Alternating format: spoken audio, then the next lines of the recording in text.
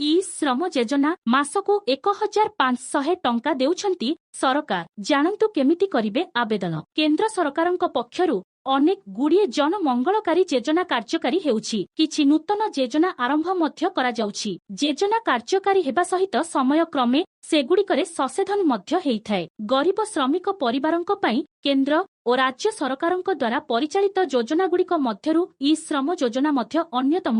ଏହି ଯୋଜନା ଅଧୀନରେ ଇ ଶ୍ରମ କାର୍ଡ ବାହାର କରିବା ନିହାତି ଆବଶ୍ୟକ, ଯାହାଦ୍ୱାରା କି ଆର୍ଥିକ ଦୃଷ୍ଟିରୁ ଦୁର୍ବଳ ଶ୍ରେଣୀର ଲୋକେ ଅନେକ ଲାଭ ପାଇପାରିବେ। ତେବେ ଏହାକୁ ଘରେ ବସି ମଧ୍ୟ ବାହାର କରିପାରିବେ। ଆର୍ଥିକ ଦୃଷ୍ଟିରୁ ଦୁର୍ବଳ ବିଭାଗ ପାଇଁ ସରକାର ଇ ଶ୍ରମ ଯୋଜନା ଆରମ୍ଭ କରିଛନ୍ତି। ଏହା ଅଧୀନରେ ପ୍ରତି ମାସରେ ହିତାଧିକାରୀଙ୍କ ବ୍ୟାଙ୍କ ଆକାଉଣ୍ଟରେ 500ରୁ 1000 ଟଙ୍କା ଆସେ। ଚର୍ଚ୍ଚା ହେଉଛି କି ମାସକୁ 1500 ଟଙ୍କା ଦେବାକୁ ଯୋଜନା କରୁଛନ୍ତି ସରକାର। ଖୁବ୍ ଶୀଘ୍ର ଏ ନେଇ ଯୋଜନା କରିପାରନ୍ତି କେନ୍ଦ୍ର ସରକାର। ଅଣସଂଗଠିତ କ୍ଷେତ୍ରରେ ପ୍ରବାସୀ ଶ୍ରମିକ, ପ୍ଲାଟଫର୍ମ କର୍ମଚାରୀ, ନିର୍ମାଣ ଶ୍ରମିକ, ଘରୋଇ ଶ୍ରମିକ, ରାସ୍ତା କଡ଼ ଦୋକାନୀ ଏବଂ କୃଷି ଶ୍ରମିକ ଏହି ଯୋଜନା ଉପକୃତ ହୋଇପାରିବେ। ଆସନ୍ତୁ ଜାଣିବା ଇ ଶ୍ରମ କାର୍ଡର କ'ଣ ରହିଛି ଲାଭ।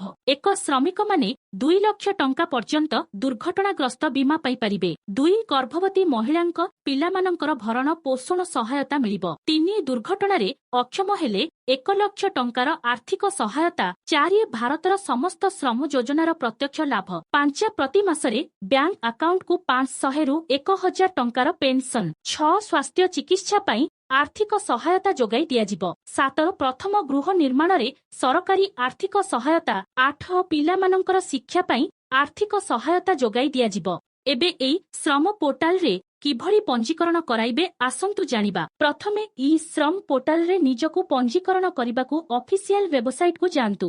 www.esram.gov.in କୁ ଯାଆନ୍ତୁ ଏବଂ ରେଜିଷ୍ଟର ବିକଳ୍ପ ଉପରେ କ୍ଲିକ୍ କରନ୍ତୁ। ତାପରେ ପଞ୍ଜୀକରଣ ପାଇଁ ଏକ ଫର୍ମ ରହିବ, ଏଥିରେ କ୍ଲିକ୍ କରନ୍ତୁ। ଫର୍ମ ପୂରଣ କରିବା ପରେ ପରବର୍ତ୍ତୀ ପ୍ରକ୍ରିୟା ସମ୍ପୂର୍ଣ୍ଣ କରନ୍ତୁ। ଆଧାର ନମ୍ବର ସହିତ ସଂଯୁକ୍ତ ମୋବାଇଲ ଫୋନ ନମ୍ବର ପ୍ରବେଶ କରନ୍ତୁ। ଏହାପରେ ଇଏସ୍ଆଇସି ସ୍ଥିତି, ଇପିଏଫ୍ଓ ଏବଂ କ୍ୟାପଚା କୋଡ୍ ଦିଅନ୍ତୁ। ଏହାପରେ ଫୋନରେ ଓଟିପି ଆସିବ, ଏହାକୁ ଦିଅନ୍ତୁ। ପଞ୍ଜୀକରଣ ଫର୍ମରେ ପଚରାଯାଇଥିବା ସମସ୍ତ ତଥ୍ୟ ପୂରଣ କରନ୍ତୁ। ପରେ ଡକ୍ୟୁମେଣ୍ଟଗୁଡ଼ିକ ୱେବସାଇଟରେ ଅପଲୋଡ୍ କରନ୍ତୁ ଏବଂ ତାପରେ ଦାଖଲ ବଟନ ଉପରେ କ୍ଲିକ୍ କରନ୍ତୁ। ଏହି ଉପାୟରେ ଆପଣ ନିଜକୁ ଇ ଶ୍ରମ ପୋର୍ଟାଲରେ ପଞ୍ଜୀକୃତ କରିବାରେ ସମର୍ଥ ହେବେ ଓ ବିଭିନ୍ନ ସରକାରୀ ଲାଭ ଉଠାଇ ପାରିବେ।